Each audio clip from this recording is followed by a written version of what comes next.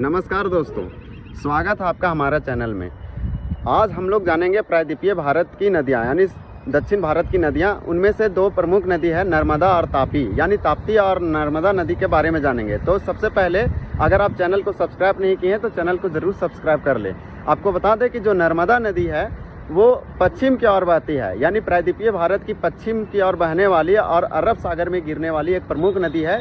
इसी प्रकार से तापी भी नदी जो है से अरब सागर में गिरती है, यानी कि ये जो है सतपुड़ा रेंज से निकलती है। मध्य प्रदेश के सतपुड़ा से निकल के, सतपुड़ा की श्रृंखलाओं से निकल के ये मध्य प्रदेश होते हुए ये चली जाती है, गुजरात होते हुए चली जाती है। यहाँ पे हम लोग बोलेंगे कि अरब सागर में, और ज्वार नदमुग यानी एस्चुरीज का निर्माण करती है। यह रिफ्ट घाटी में बहने वाली एक प्रमुख नदी है ताप्ती नदी। इसी प्रकार से नर्मदा जो है मध्य प्रदेश के अमरकंटक से निकलती है। और आपको बता दें कि अमरकंटक से निकल के यह मध्य प्रदेश, गुजरात, महाराष्ट्र और जो है से फ्लो करते हुए एस्चुरीज का निर्माण करती है, अरब सागर में गिरती है, यानी कि ज्वार नदमुग बनाती है।